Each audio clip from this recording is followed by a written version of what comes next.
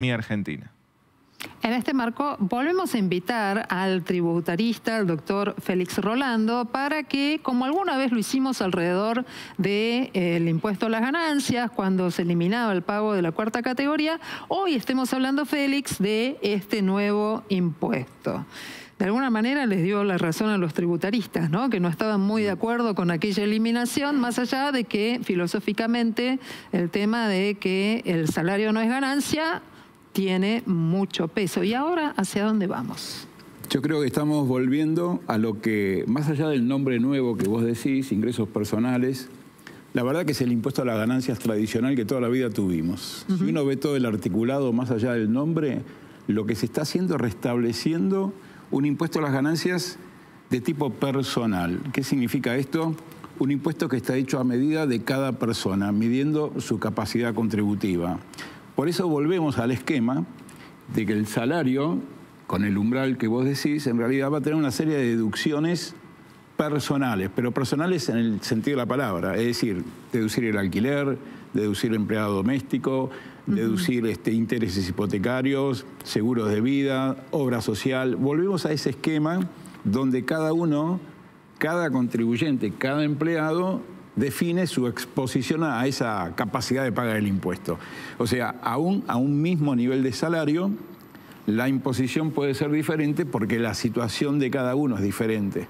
Deducciones por hijos, deducción por cónyuge, dicho sea de paso, en esta nueva versión del impuesto a la ganancia que se restablece, más allá de cambiar los montos y las alícuotas, que obviamente es importante, se crea la figura de la unión convivencial, la unión civil, que no estaba previsto en la ley anterior. Es decir, la deducción por cónyuge le correspondía al cónyuge, digamos, consecuencia del matrimonio, como lo entiende el Código Civil. Ahora se da la posibilidad de deducir al conviviente. Era hora, ¿no? De que actualizaran un poco. Sí, sí. Llamaba la atención que la última reforma insistió con el cónyuge y se olvidó de esto. Bueno, claro, es anecdotario. Pero volvemos al esquema de lo que es el impuesto a las ganancias.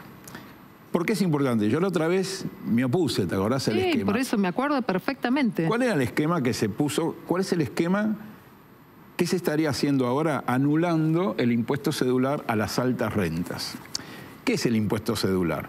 Es un impuesto que está hoy, hoy rige, porque esto es un proyecto, es un impuesto que es más objetivo, menos personal. ¿Por qué?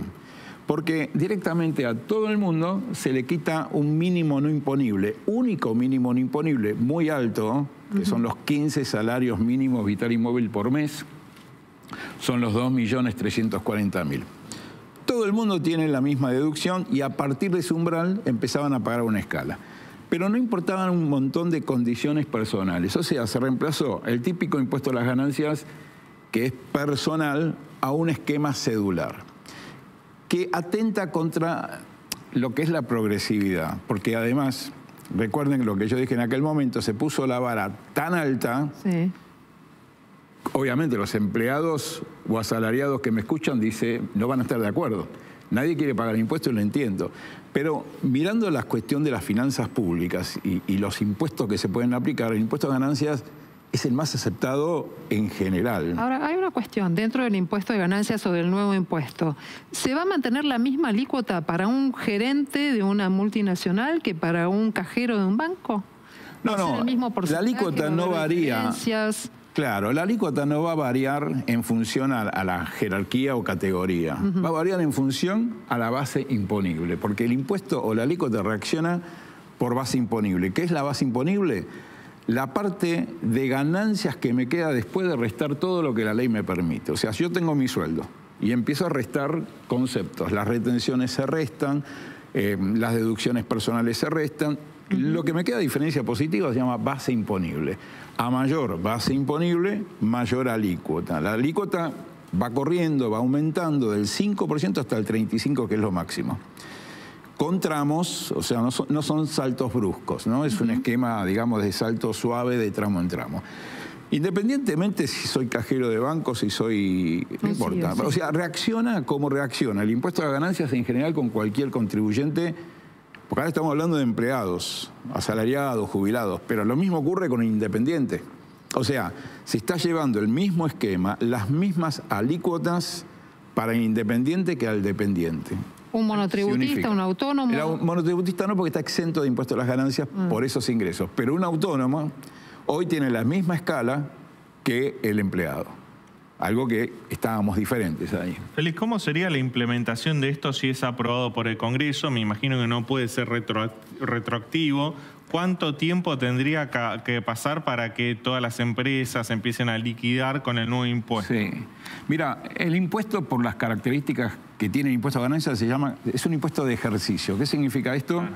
Que hasta que el ejercicio no se cierra, el hecho imponible está latente. O sea, en el impuesto a las ganancias nadie sabe si ganó o perdió hasta que no se cumple un ciclo. Yo puedo sentir que hoy estoy ganando, pero llega a fin de año y perdí. Claro. Esto significa que el impuesto a las ganancias requiere de un plazo para ver si el hecho imponible, que es la ganancia, realmente se verificó. ¿Por qué esta explicación? Porque cualquier cambio en el impuesto a las ganancias puede arrancar desde el 1 de enero, porque el inicio del año fiscal en el impuesto a ganancias para las personas humanas es el 1 de enero. Con lo cual, no me llamaría la atención que el impuesto, tal como está en el proyecto, rija del 1 de enero. Ahora, tenemos un tema. Antes de venir para acá, me llama una persona y dice, che, mirá que en el CIRADIG, recuerdo que es el sistema en el cual los empleados informan su situación al empleador a través de la página de AFIP. Obviamente, ¿qué hay hoy en el CIRADIG? Está el cedular, el impuesto cedular, porque eso es lo que hay hoy. Entonces tenemos que por enero, salvo que se haga alguna solución sui generis, digamos de tipo político, diría yo, que digan, por ejemplo, que enero y febrero va a seguir el cedular, pero no creo. Me parece que sería técnicamente desprolijo. Pero puede darse el caso que si se aprueba en marzo le descuenten a las personas enero, febrero y marzo, impuesto a las ganancias, de un saque 3 meses. Habrá que ver cómo se implementa. Mientras más tarde, peor va a ser esto. Porque va a caer el salario notablemente si pasa eso. Por eso, técnicamente, lo que te puedo decir es que se puede retrotraer, que es la pseudo retroactividad, que está admitida en este tipo de impuestos. Ahora, si políticamente esto puede ser muy impactante en el salario, podría, o dos cosas, o se busca una solución política que no sería la primera vez que el impuesto a las ganancias del año se liquida de 2 maneras diferentes, que ya pasó en el 2023. O sea, el asalariado en el 2023, hasta el mes de septiembre lo liquida con una norma y de septiembre, octubre, no, de octubre, noviembre y diciembre con otro decreto. Esto ya lo tenemos. Y es un zafarrancho, sí, pero bueno, es lo que hay.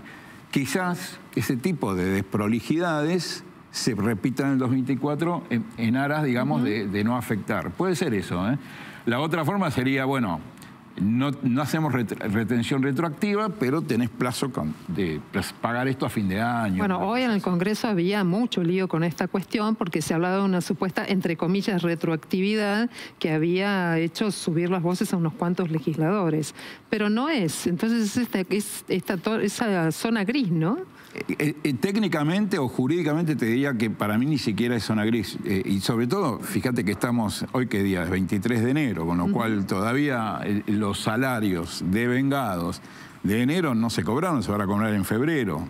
Y si esto sigue su trámite, puede ser que el 10 de febrero esté promulgado, incluso sancionado por lo menos, con lo cual me parece que hasta en los tiempos quizás no pase mucho, ojalá, porque quizás lo que va a pasar es que cobraron el sueldo de enero sin retenciones y esto va a impactar en febrero, que se paga en marzo, y ya tenemos la nueva ley. Entonces quizás hay una forma de que la retención se atenúe a lograr, como pasa, que a veces la FIP dice, bueno, esto en vez de retenerlo todo junto, te lo retengo en lo que resta de los años, de los meses para completar el año. Bien.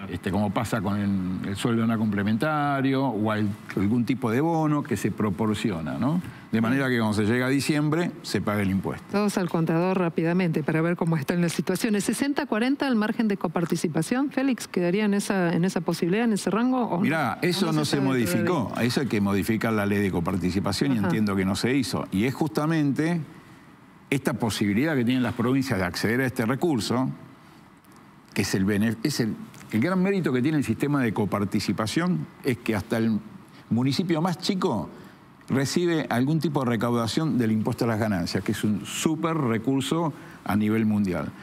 Y justamente eso es lo que hace que creo, por lo que vengo escuchando, que sean los gobernadores los que están presionando para restablecer de alguna manera. No es que los gobernadores dicen pongan el impuesto a ganancias, pero ¿qué dicen? Necesitamos más recursos y la coparticipación, a mayor masa coparticipable, mayores recursos van a recibir las provincias y los municipios, ¿no? Muy bien, Félix Rolando es tributarista, le agradecemos mucho esta conversación que tuvimos hoy. Como dije, nos vamos todos corriendo al contador para ver cómo están las cosas y al Congreso seguramente para ver cómo siguen los debates. Muchísimas gracias. Bueno, gracias a ustedes. Cuando volvamos de la pausa, vamos a entrar ya en el último tramo de este Noticias a las 20:30. ¿Qué va a pasar con el clima y algunos datos más?